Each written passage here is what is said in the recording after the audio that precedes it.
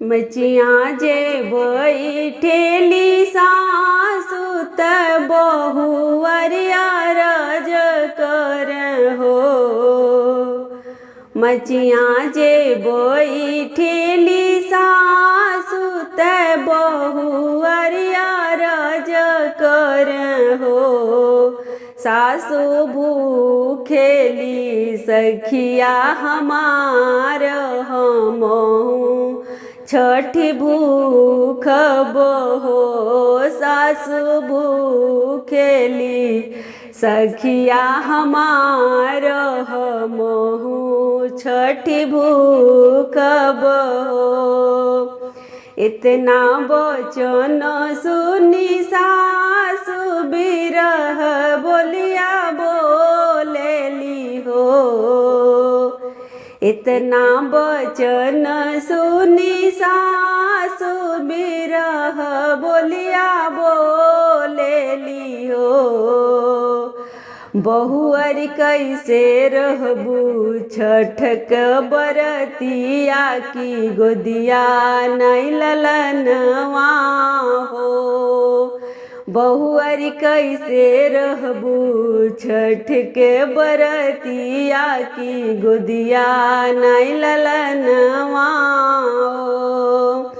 इतना वचन सुनी बहुअरी मैया से अरज कर हो।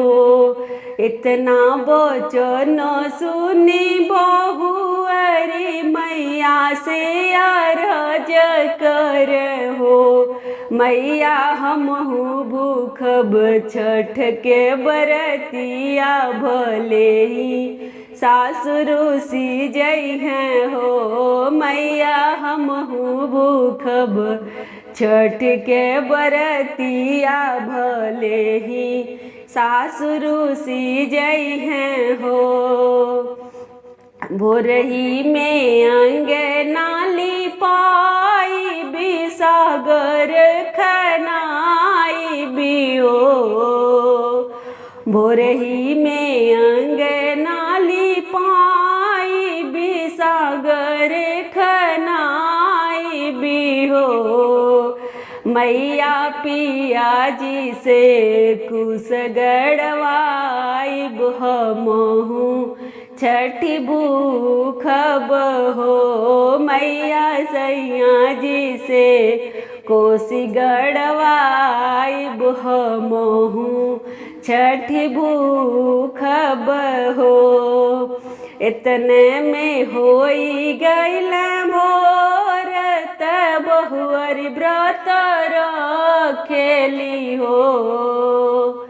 इतने में होई गईल भोर त बहुअरी व्रत रखेली हो। रामा दहिया महुआ मंगाई त मैया मनावेली हो। रामा दहिया महुआ मंगाई त मैया के मनावेली हो।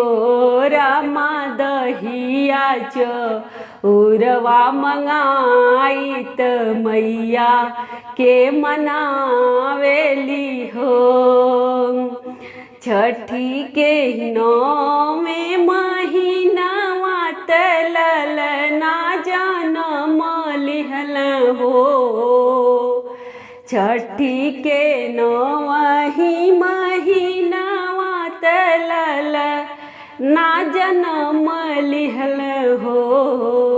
रामा बाजे लागे आनंद बधैया गनवा उठ सोहर हो।